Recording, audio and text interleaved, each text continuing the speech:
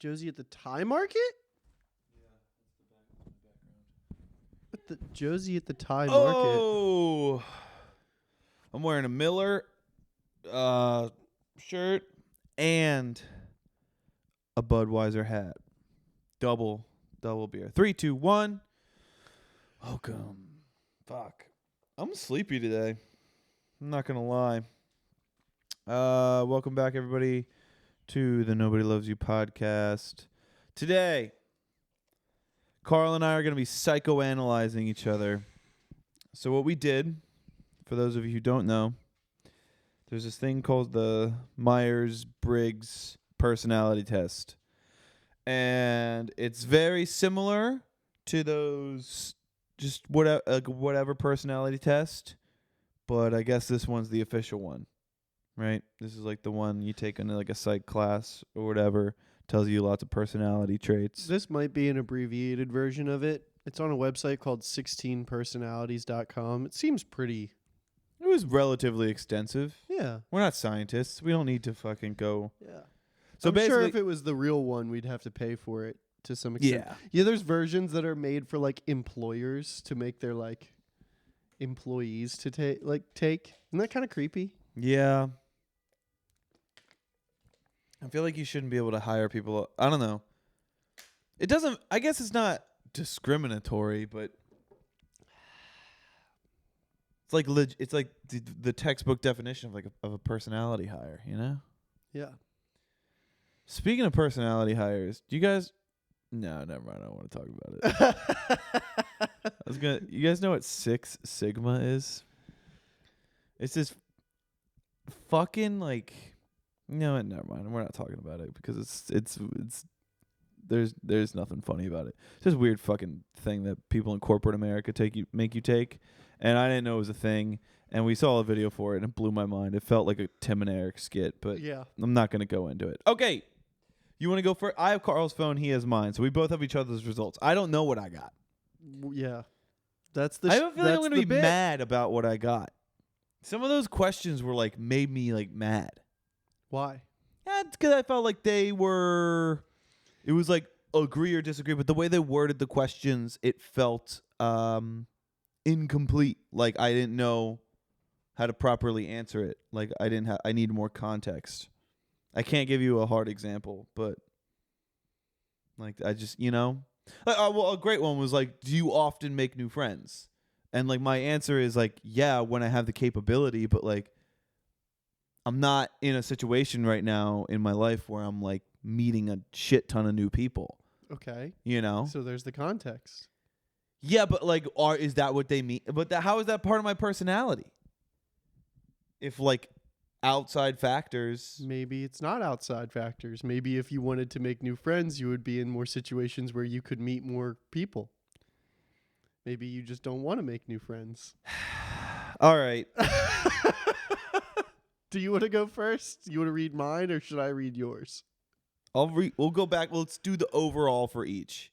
Go ahead, do an overall for me, and I'll do an overall for you. You got Commander, and the little guy, the character. Let me see. Is a fucking Napoleon doing a Heil Hitler. What the fuck? Which and then the actual personality type is ENTJ-T. Karl is the campaigner, and his little guy is a green-haired nerd who looks stupid and ugly. I'm the Riddler. You do kind of look like the Riddler. And his actual personality type is ENFP-T. Now, I'll read Karl's description. Campaigners are enthusiastic, creative, and sociable free spirits who can always find a reason to smile. Anyway. David's the commander. Commanders are bold, imaginative, and strong-willed, always finding a way or making one. Make a way, not an excuse. Rodney Hogan's words to die by. Here we go. Thanks, David. All right. I'll do your we'll go one and one. All right. So first one, E. This is extroverted or introverted. Karl is extroverted. Extroverted individuals readily enjoy group activities and value social interactions. They tend to be outwardly enthusiastic and express their excitement. And I believe I also got Yeah. E. What was the percentage? Yours is 59% extroverted. Yours is 64%. Really? Mm-hmm. What, you expected it to be higher? Lower. I don't know. I feel like I've changed from an extrovert to an introvert these days. Just because you're spending a lot of time by yourself doesn't necessarily mean that you're not extroverted. Well, I always thought the definition of like extroverted, introverted, wasn't necessarily do you like? It was more of where do you like receive the most energy, and like when you're around people, you get more energy and you're like more involved. But recently, I've been finding like at social events, I'm like, all right. Like I have my social battery. Fuck all these people. I want to go home to my dog. No, like legit. Yeah. Like I mean, Yeah. like I'm like, all right, this is awesome, but I've been around too many. 64% is not that high. You know what I mean? That's pretty high. I feel like. I don't know. I don't have a good comparison. They should give us compared like to percent. compared to 36% introverted. So I'm 59-41. Yeah. I'm happy with that. I'd say that's pretty accurate about how I feel. Yeah. Yeah. Yeah. 50-50, 59-41. Yeah. You know? Cool. I agree. I agree with this test for Karl. Okay. Next. This is intuitive or observant. Karl is 69% intuitive. Intuitive individuals are imaginative, open-minded, and curious. They value originality and focus on hidden meanings and distant possibilities. You said I was 69%? 69% intuitive. Lit. You're 80% intuitive. That was your strongest one. You have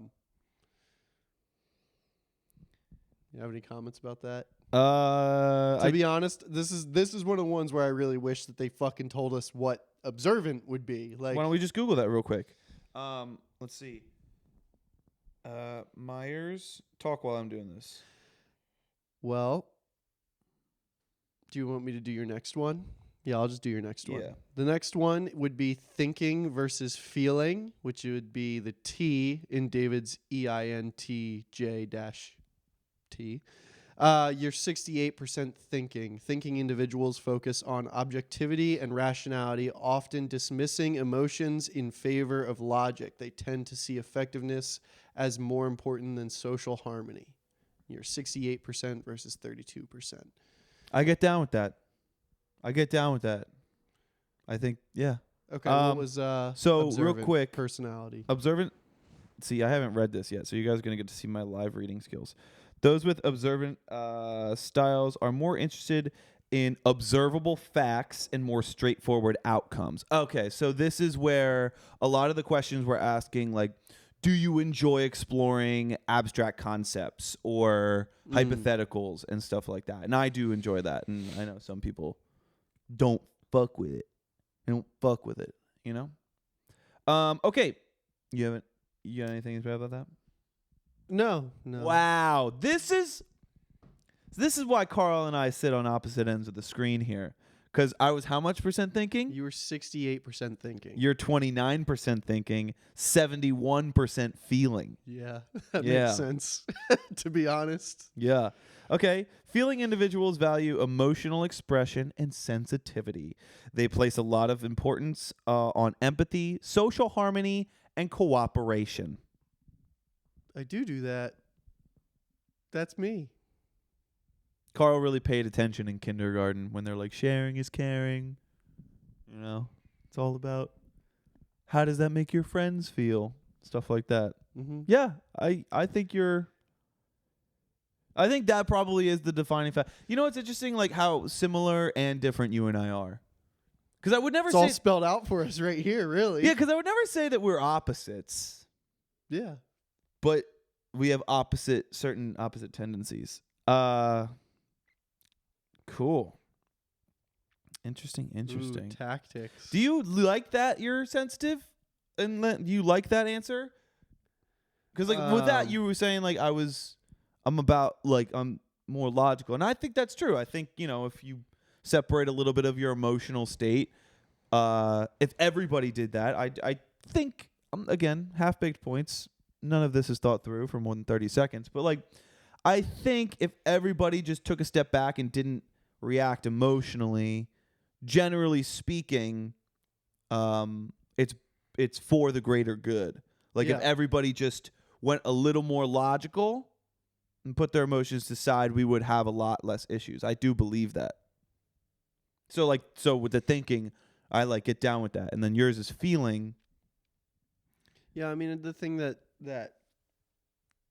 if I'm focusing on just the strengths of it, it's just the emphasis on like empathy is probably the thing that I like the most about it, and that I see in myself is like, yeah, I can put myself in other people's shoes very easily. Typically, that's something that I see as a strength and that I do like a lot.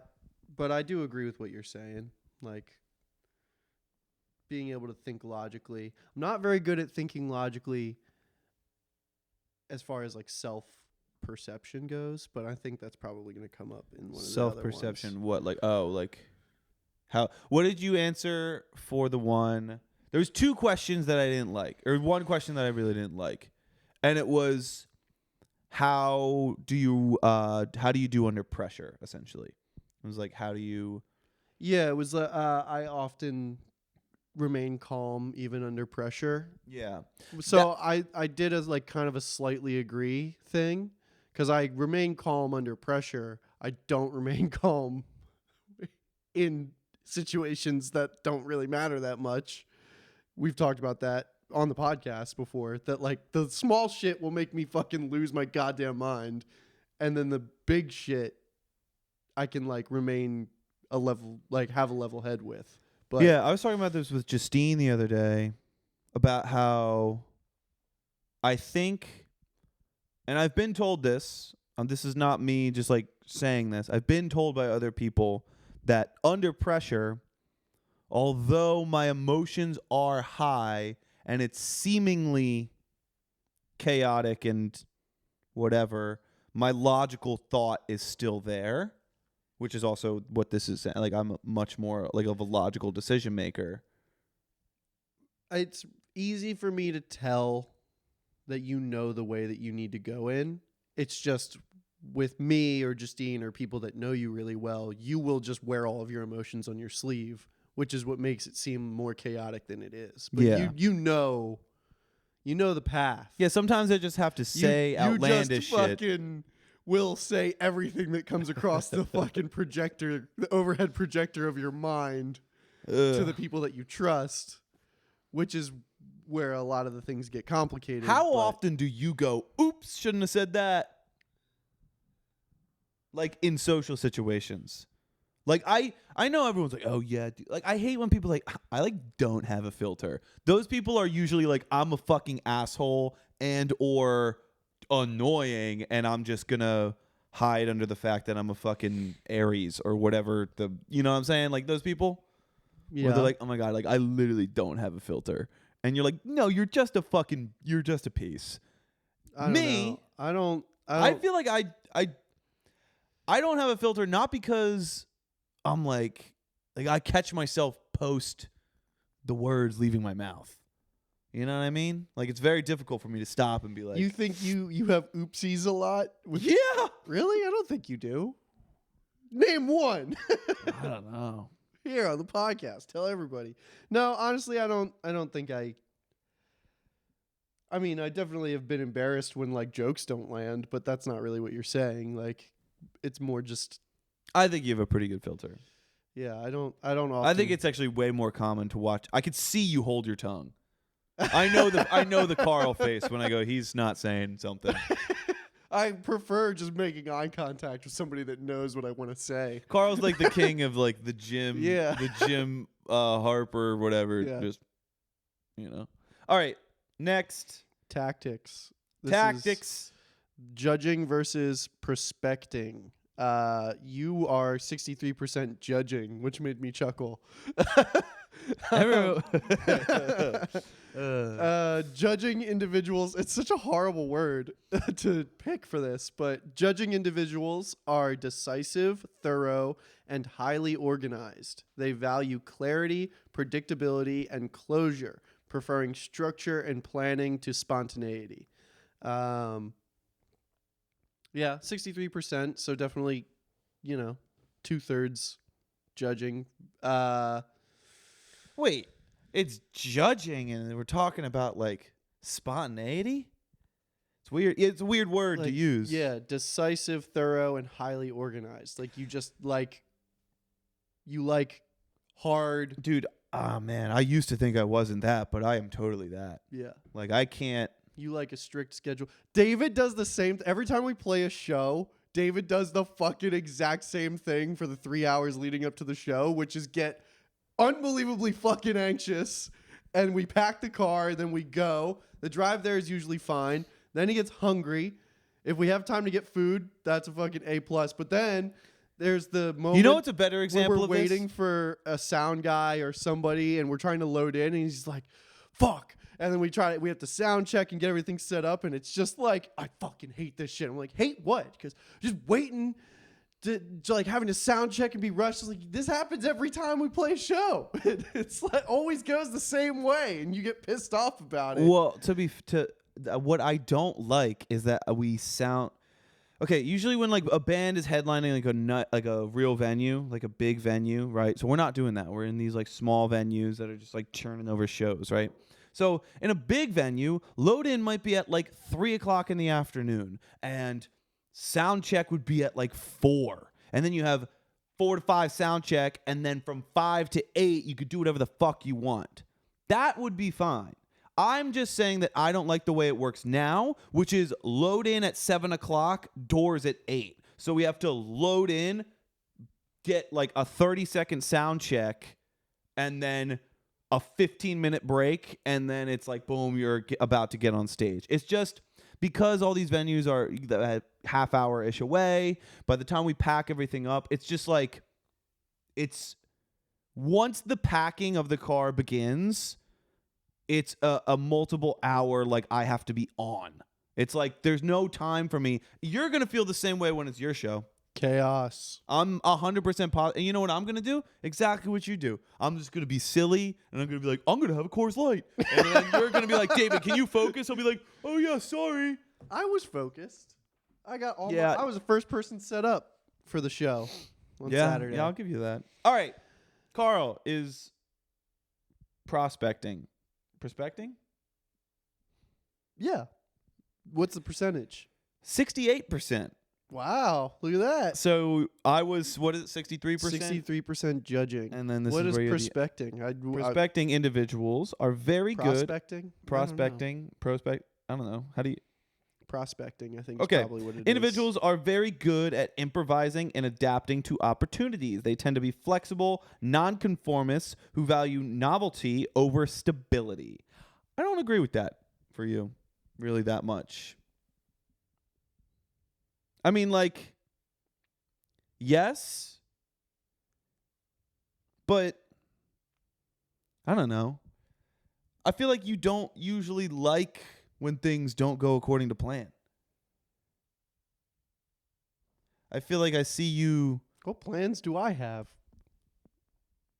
I don't know. Just when plans change, it's like, no, I guess not.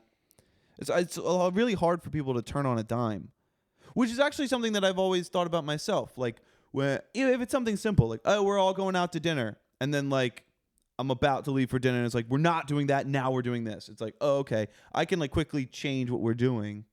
But I know that a lot of other people have a difficult time with that. See, this is where it might not be as thorough as it needs to be. Excuse me. Anyway, I hope this is entertaining for people. Because I if don't it's know. not, I feel we're 20 minutes in and fucking. I feel like we're I'm still on I'm it. relatively adaptable. I don't know. Yeah, I don't think you're unadaptable, but 68%. I feel like both of us should be maybe more in the center. I don't know. Sure. I don't know. Okay. Identity. Identity. This is assertive versus turbulent. And you are, or I am, for how much? You're 51% turbulent, 49% assertive. So Really? pretty much dead center. You are 74% turbulent, That makes sense to me. 26% assertive. Carl's a turbulent guy. Yeah. Okay, while I'm reading yours, can you look up what assertive people are like? Turbulent individuals are self-conscious and sensitive to stress. They feel a sense of urgency in their emotions and tend to be success-driven, perfectionists, and eager to improve. So basically, bunch of fucking pussies. Turbulent individuals, self-conscious, sensitive to stress. Okay, and you're 75% that, and you said I was what, 51% that? Yeah. Assertive individuals are self-assured, even-tempered, and resistant to stress. They don't worry too much, but this is different from apathy. They aim for goals and want successful results, but they typically won't let nervousness color the path to their accomplishments. They're unlikely to spend a lot of time thinking about their past actions or choices. Yeah, that's it. See, I don't know about that. I mean, for me, actually, I agree with most of it. I don't know how resistant to stress you are, but everything else I agree with. But that's what I was heavily. saying before, is that But you are. I'm resistant to stress in my dude, why are you? Oh God, never mind. Your fucking thing is so low. I noticed it, but whatever. I'm resistant to stress in that it doesn't affect what I do. Besides the volume in which I am speaking and the level of profanity that's coming out of my mouth, like we were saying before, you know what I mean? Like, if something stresses me out, the decision that I end up coming to will most likely be the same because I base a lot of my decisions on logic. And but you know what I'm saying? So it doesn't affect my actions. It just affects my emotional state and words. But my emotional state and words don't tend to affect my decision making, I think. Yeah, but does that not matter? What do you mean? Well, your emotional state matters. So that's all I'm saying is if you can figure out what the right decision is. However, how much distress it causes you still varies, whether depending on what the situation is, obviously. Yeah, but this is when it but I mean, you are 50-50 essentially between the two. So yeah, yeah, but also with this, I mean, it's talking about success, goal driven. So it's yeah, this comes to your decisions. I feel like I don't know. I don't know if I liked this activity we just did. I think it was fucking stupid. Why? I don't know. I don't think people give a fuck. I mean, it's a little bit interesting for you and me. Yeah. Well, fuck it. Who cares? Well, we already spent 23 minutes on it, so what else do you want to talk about? Guys, we had a big weekend. A big weekend. Here. Let's do the thing. Yeah. Okay, we're back. And we had a big weekend. Started on Thursday. Me, Karl, and our friends, we went up to San Luis Obispo and saw our favorite band, Khruangbin, at this place called the Madonna Inn. It's gorgeous. Here's some photos of it. It's fucking wild. And then they have a big gymnasium kind of thing. And Khruangbin had the show there. I thought it was going to be a more intimate room. It was a pretty big fucking room. Yeah, it was a big space. It was a big space. How much do you think the cap? 25. 15. 1,500 cap, something like that. So pretty big. But I guess it could. It's warehouse. It's small for Khruangbin though, because I mean Khruangbin's playing the bowl, and they played they played the Greek theater. Mm-hmm. But a really cool show. Khruangbin by far one of the coolest fucking bands I've ever seen. Only complain about that show, man. The crowd. Yeah. I thought the crowd was going to be so cool because it was a more intimate show. I felt like the crowd kind of sucked ass. Yeah. Kind of. I mean, you guys seemed, well, the guy that pushed Justine was obviously a fucking asshole. Here's what happened. Some dude was like trying to get to the front, and he like pushed Justine, and like Justine like spilled her beer and like lost her shoe as she got pushed. He pushed her pretty hard, and then Justine like popped off and was like right at the dude. And I mean, after that he was apologetic, but yeah, there was a lot of I feel like you guys were very aware of the people that were directly around us that were annoying. Mm-hmm. And I didn't really notice that a ton. Like, but what I could notice was that like the whole back half of the venue was not shutting up the whole fucking time. It was like the roar of a crowd behind us the entire show. Yeah, there was a lot of talking. Like the whole room was chatting through the entire concert. It felt like after a certain point back in the crowd, the people weren't really there to pay attention. They were there to like fucking socialize while Khruangbin played in the background. Yeah, which is weird because like I mean it was such a small show. It sold out so fast. It's like sold out fast and it was fucking expensive. It was $95. Yeah, it's like if you're gonna get tickets that early and they're gonna be that expensive, you'd think those people would all be diehard Khruangbin fans, but they were just like casuals. Yeah. So let's talk about crowd etiquette. I'm not gonna shame people for pushing to the front. Because I've had to do that, especially let's say you start in the front, right, and you get a good spot, and then you got to piss. You got to go to the bathroom, and then you say, I tell Karl, he's tall, I'll be like, I'm going to the bathroom, hold your hand up in 3 minutes so I can find him in the crowd, and I will push back to my spot. I'm not afraid. Excuse me, sorry, hey, excuse me, sorry, right, you do that. And you get back to the front. Don't have a problem with necessarily pushing up. What I do have a problem with is two things. One, the people around us letting others through. Everyone do your job. Your job as a fellow concert goer is to block. So you're kind of conflicting what you're saying. I'm saying that I have pushed to the front before. And I have been encountered by a wall of humans who's like, you're not getting through. And I have respect. As soon as I hit that wall, you gotta respect the game, bro. If I hit that wall, if I can't make it past, that's it for me. I'm not getting back to my friends, and that's okay. But well, you know what I really don't like? These people were trying to push up past us, and we're like, no, like you're back there, like blah blah blah, and then they pushed past, and then we were like, hey, like come on, like. We were here.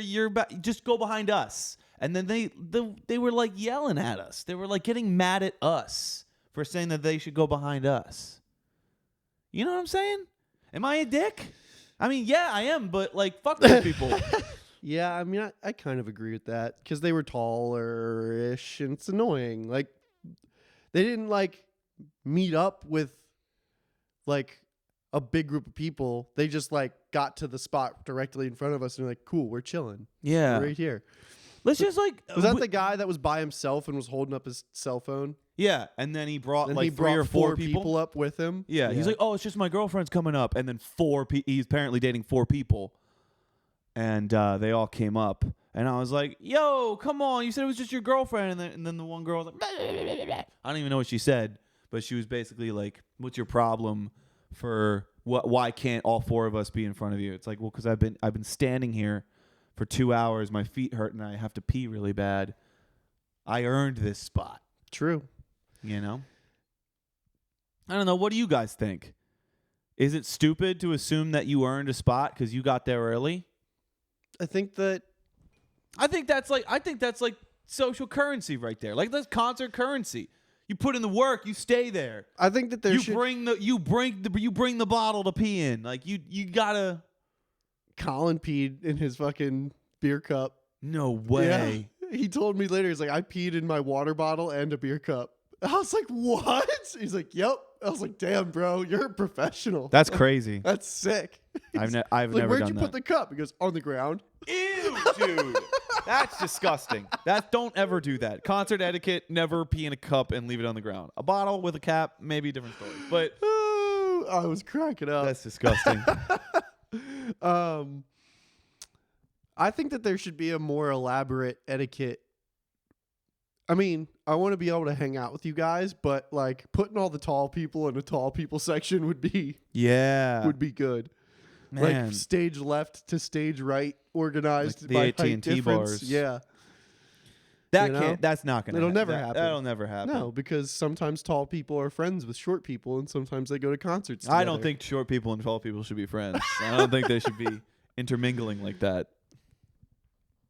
We were next to the group directly. The tallest people on the planet. The group directly in front of us was a girls' volleyball team, and one of these girls was 4 inches taller than me. It was 6'2". fucking crazy. It was crazy. They're the tallest women I've ever seen in my life, and they were directly in front of us. It was so fucking funny. Yeah. So I don't know, man. Concert etiquette. I'm like pretty loose with it. Like I said, I don't have a problem if you push to the front. I just, it's all about the vibe. And the vibe was off at that show. But let's talk about the actual music. Khruangbin's an amazing band. Mm-hmm. Holy shit, did they put on a great show. Yeah. Their visuals are really, really cool. They had these like 3 windows with just like really basic lights kind of going back. Kind of, it looked like you were looking out a window. There was like a storm outside at one point, and then it'd be like, oh, the sunrise or the sunset was out there. It was very minimalistic, but really effective, which honestly is a great. Have you seen any videos of their tour when they have a bigger stage? So there's like stairs coming down from those windows, and it's really cool looking because they like walk down the stairs, and DJ's drum sets like up on a platform. That's pretty cool. And yeah, it's. I mean, you know, we got effectively the same thing, but the stairs are a cool element, I think, because they can go and like sit on the stairs and like be in front of the windows and stuff. It's 3 like archways, and each one of them gets an archway essentially. DJ's drums are set up in the far right one, and then Mark and Laura Leasy come out of the other 2. I looked on their brochure that they gave out, and Yeah. they have a movement coordinator.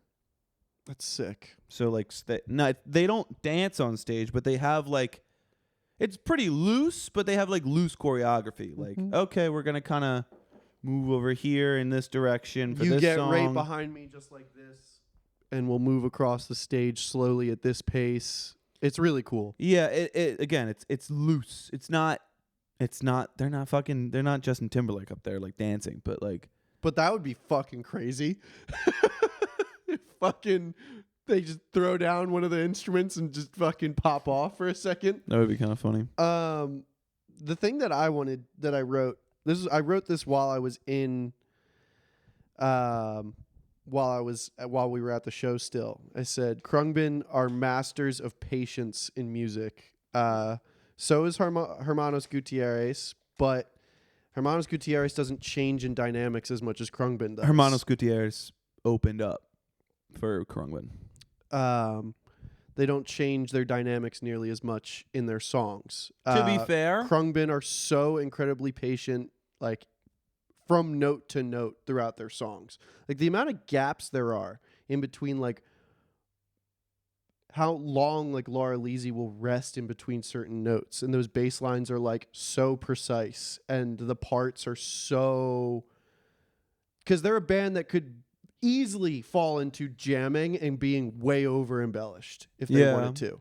And they're so patient, and the way that they go throughout their songs is like perfectly executed, I think. That's what I was thinking about throughout the entire show.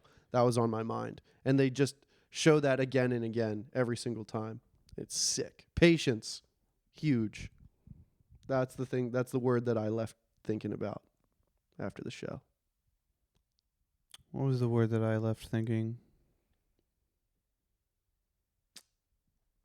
I don't know what it was. Probably like beautiful. I just love their like. It's like the all-encompassing thing.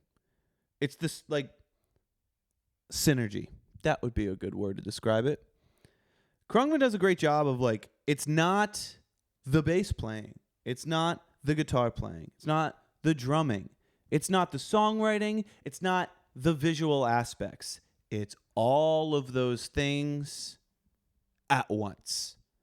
And if you take any of those pieces out, they might not be the coolest things stand alone, but the way they hold themselves on stage, the lighting that they choose to use, the set pieces that they choose, those really minimalistic choreography, that minimalistic movement, it's not that cool on its own. But when you add in all those different aspects, it's the sum of all the parts is greater than anything individually. And it's that's what I find in their music, but also in their live performance. It all feels the same. You know? Si, indubitably. Yes, quite. So then after that, we stayed in a hotel. There was a hot tub. There was a hot tub. I That was woke cool. up, ate hot Cheetos for breakfast, blasted down the PCH, got home. What a drive, dude. Beautiful. It was so nice. We're right around that super bloom time too. I've never done that drive. I've never gone north in California. I went up to Kings Canyon and Sequoia, but the drive was nowhere as close to the coast, and it fucking sucked. The drive was so shitty. Beautiful. It's like flat and fucking boring. But going up the coast like that was so nice. Like, yeah, it's like, a thoroughly entertaining drive, which was cool. and you were asleep for most of it. Not most of it. In and out. On the way home, I was sleeping for more than I was on the way up. I guess that's what I was referring to. Anyways, we blast home. We had rehearsal. Then the next day, we had our show, the Sungrove show at Bar Lubitsch. It went well It was fun. with Dosey. Dosey played well. It was really cool. Sunday, we did a little photo shoot for our friend and video shoot for our friend. He has a clothing brand called Oh Sure. Maybe we'll wear Oh Sure. Maybe Oh Sure will be a sponsor of the podcast.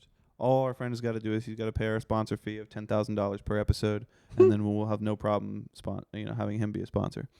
Yeah. That's what. He just said all that so fast. It was funny.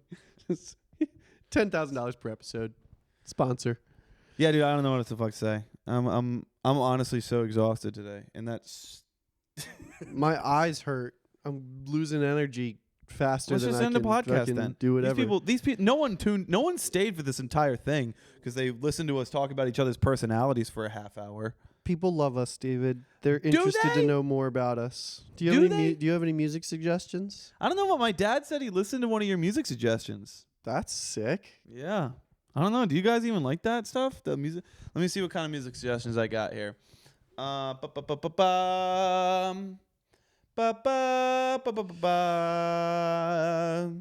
did you guys think about my music suggestion? Is not No Doubt. My suggestion is to never not listen to No Doubt. Yeah. Fucking Jesus Christ. Been listening to Viagra Boys recently. They're cool. Are Yard Act has been popping up a lot for me. I already suggested Yard Act before, but they're sick. I listened to Wish You Were Here for the first time in many years. Did you like? Yeah. Yeah, I did. I do. It's a fucking I great continue album. to. Great record. Record. Elijah Fox. I think I might have talked about him before, but he's the piano player for Yusuf Days, the drummer. Mm-hmm.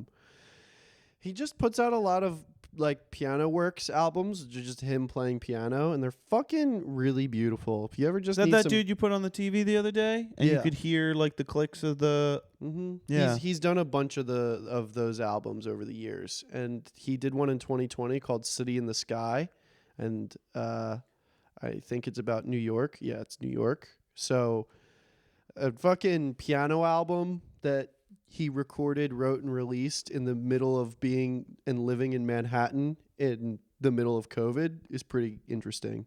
If you think about what it was probably like to be in lockdown in Manhattan and then you listen to this piano album, it's kind of cool, emotional. What's it called? City in the Sky. City in the Sky by Elijah Fox. Elijah Fox. There we go. He's a talented fellow, that guy. I thought you were gonna say he's Italian. I don't think so. You don't think so? No. Well, Goodbye, everybody. Thank you. Please subscribe. Tell Tell your friends about this podcast where we just psychoanalyze each other. And, yeah. All right. We'll see you next week. Goodbye.